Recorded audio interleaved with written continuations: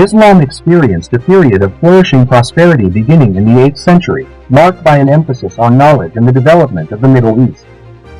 During this era, the city of Baghdad emerged as the epicenter of the Islamic Golden Age, becoming a globally recognized hub of learning and progress. With a population of 1 million, Baghdad housed numerous libraries filled with manuscripts and books that attracted scholars from across the world, eager to study in the Muslim capital. Among the city's most prominent attractions was the Bayt al-Hikmah, or House of Wisdom, the largest library in Baghdad. It played a crucial role in fostering advancements in various fields, including literature, astronomy, and medicine. The Abbasid Caliphate, which governed the city, actively supported scholars and scientists, encouraging intellectual pursuits and ensuring that Baghdad remained a center of innovation. The city was a testament to the remarkable achievements of the Islamic Golden Age, a time of unparalleled progress. However, as is often the case in history, this era of glory eventually came to an end. In the final years of Baghdad's prosperity, it remained the capital of the Abbasid Caliphate. The Abbasids were the third Islamic caliphate to rule the Middle East after the life of the Prophet Muhammad, having overthrown the Umayyad Caliphate in the mid-8th century. Their dynasty took its name from Abbas, an uncle of the Prophet, and rapidly expanded its territory to encompass Arabia, the Levant, Syria, North Africa, and beyond. The Abbasids were a formidable force, yet they faced an unexpected challenge when the Mongols invaded, marking a turning point in their rule. The Mongols, unlike more settled civilizations, were a nomadic pastoral people. Their lack of permanent settlement led to frequent conflicts with established societies, such as the Abbasid Caliphate. The Mongols employed a distinct and often brutal approach to warfare, earning a reputation for terror tactics. Their infamous presence had even inspired the construction of the Great Wall of China. The sound of clashing pots, pans, or aggressive bells often signaled an impending Mongol attack, leaving local populations in fear of becoming their next victims. Although they occasionally offered rulers the chance to surrender, refusal generally resulted in widespread destruction and bloodshed. Despite their nomadic lifestyle, the Mongols sought to conquer new territories to expand their roaming lands. This expansion escalated when a Mongol leader named Temujin united the tribes under his command and took the title Genghis Khan. His conquest set off a chain of events that culminated on the soil of Baghdad, with his grandson, Hulagu Khan, continuing the Mongol legacy. Under Hulagu's leadership, the Mongol Empire extended its reach through Syria and sought to solidify control over the Ilkhanate of Persia. One of Hulagu's initial challenges was a conflict with the Shiite group known as the Assassins, whom he successfully defeated. His next target was the Abbasid Caliphate in Baghdad. Over time, the Abbasids had weakened both politically and militarily, and had even been paying tribute to the Mongols. However, the ruling caliph, al-Musta'sim, was largely unconcerned by the looming threat of Hulagu, in part due to the advice of his Grand Vizier. This vizier, who was believed to have his own hidden agenda, was a Shia Muslim, like many subjects under Abbasid rule. Some historical accounts suggest that the Grand Vizier not only encouraged the idea of a Mongol invasion but may have even invited them. While this claim remains debated, what is certain is that al-Musta'sim gravely underestimated the determination and strength of the Mongols. The first indication of Hulagu's serious intent became evident too late for the caliph. The first sign of the impending disaster should have been when Hulagu Khan sent a letter to Caliph al-Musta'sim, demanding the surrender of Baghdad. In a surprising move, al-Musta'sim responded with an ultimatum, instructing Hulagu to retreat or face a siege. The caliph was under the illusion that the entire Muslim world would unite to defend Baghdad, the heart of the Abbasid Caliphate. However, this assumption proved to be tragically false. On January 29, 1258, the Mongols besieged the city, a once great center of knowledge during the Islamic Golden Age. The Abbasids' forces were weak and poorly supplied, and to al-Musta'sim's dismay, the broader Muslim world offered little support. The Mongols, masters of warfare, quickly demonstrated their prowess. Within days, al-Musta'sim sought to negotiate, but Hulagu, having already made one offer of peaceful surrender, refused to engage further. That offer had passed, and the siege continued. By February 10, 1258, Baghdad was on the verge of collapse. 3 days later, on February 13, Hulagu's forces entered the city. Before entering, Hulagu gave a single warning to the Nestorian Christians in Baghdad, instructing them to lock themselves in their churches to ensure their safety, a promise likely made because Hulagu's mother and wife were Christians. However, no such mercy was extended to the rest of the city. What followed was a week of looting and mass bloodshed. The nobles were not spared, with around 3,000 executed. As for the caliph, different accounts exist regarding his fate. One story claims that al-Musta'sim was imprisoned in a room filled with his own treasures. According to Marco Polo's account, Hulagu reportedly mocked the caliph, saying, "Eat of thy treasure as much as thou wilt, since thou art so fond of it," leading to the caliph's death by starvation. Another version suggests that Hulagu, fearing the spilling of royal blood on Baghdad's soil would bring catastrophic natural disasters, ordered al-Musta'sim to be wrapped in one of his expensive rugs and trampled to death. Regardless of the method, the last ruler of the Abbasid Golden Age met his end alongside the city he once governed, and Baghdad's devastation marked a dark chapter in its history. The devastation of Baghdad in 1258 resulted in a death toll estimated between 90,000 and 1 million, including the city's defenders and countless civilians, men, women, and children. The city was nearly razed to the ground, with what remained set ablaze. According to reports, the Tigris River ran red with the blood of the slain, until the conquerors began discarding hundreds of thousands of books and manuscripts into the river. Eyewitnesses recounted that the river turned black from the ink of these invaluable texts, which would never be read again. The House of Wisdom, along with its precious knowledge, was lost forever. The siege and destruction of Baghdad in 1258 marked the end of the Abbasid Caliphate and the Golden Age of Islamic civilization. This period saw the loss of countless manuscripts and a thriving intellectual and cultural hub. Baghdad, home to the famed House of Wisdom, was a symbol of prosperity, knowledge, and artistic achievement that attracted scholars from across the world. The decline of the Abbasid Caliphate was caused by both internal instability and external threats, including the Mongol invasion.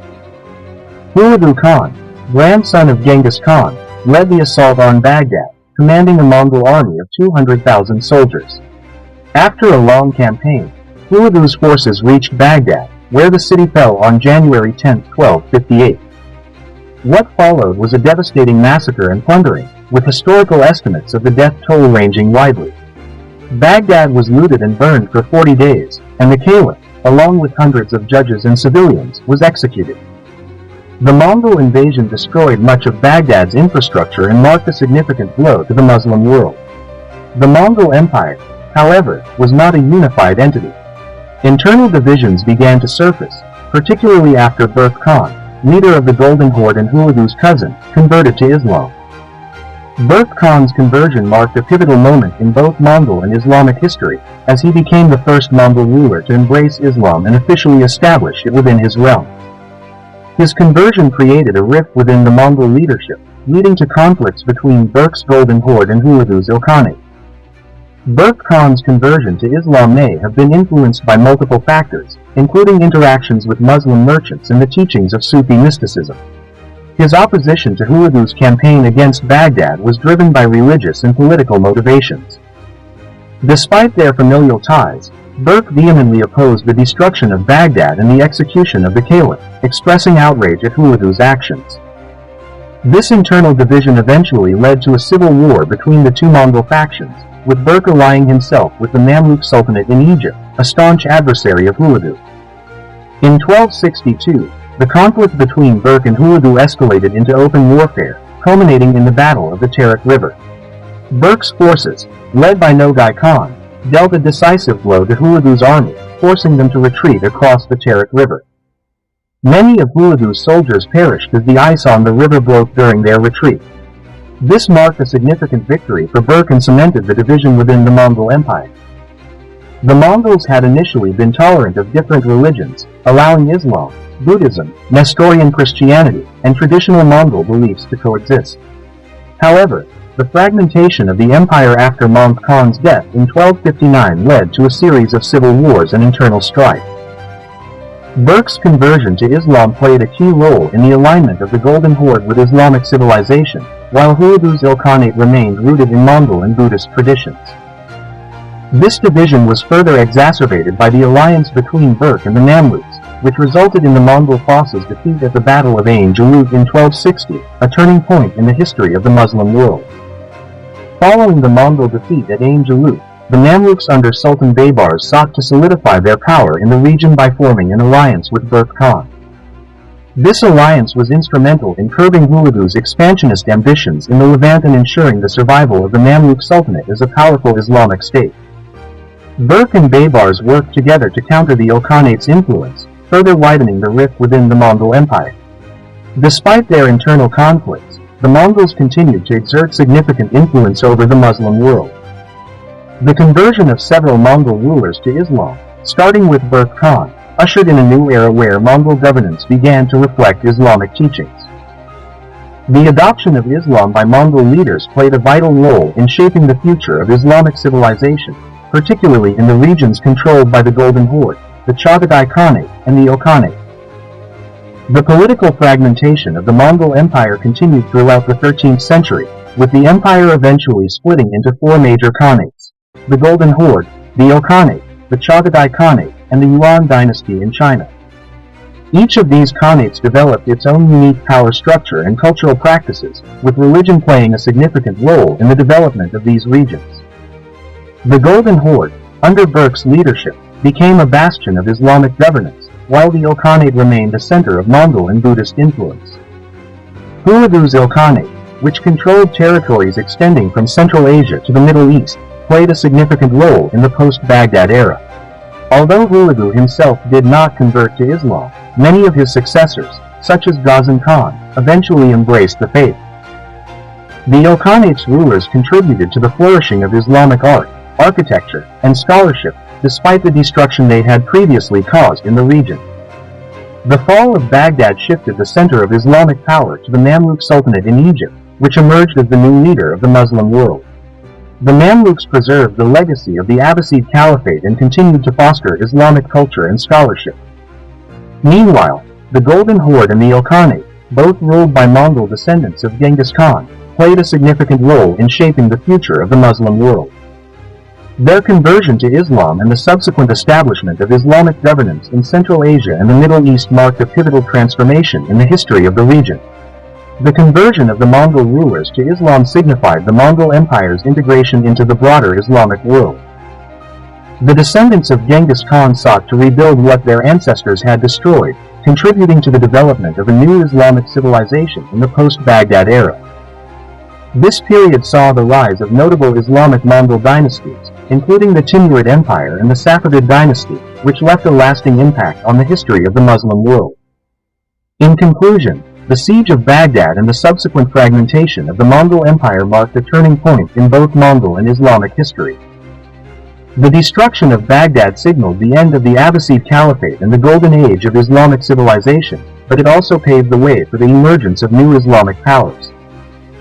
The conversion of Mongol rulers to Islam and the establishment of Islamic governance in the regions they controlled played a crucial role in the survival and revival of Islamic culture and scholarship in the centuries that followed.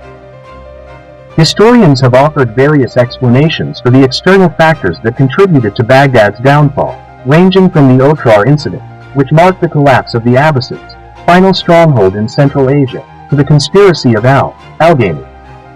Secondly, the destruction of Baghdad by Hulagu Khan occurred amidst internal divisions among the Mongols. Some Mongol leaders, notably Berke Khan of the Golden Horde, had converted to Islam, which sparked internal conflicts, including the notable Berke-Hulagu civil war, one of the significant outcomes following Hulagu's destruction of Baghdad. Berke's efforts to counter Hulagu's advances are often seen as a crucial action that safeguarded the Islamic world from further devastation by the Mongols.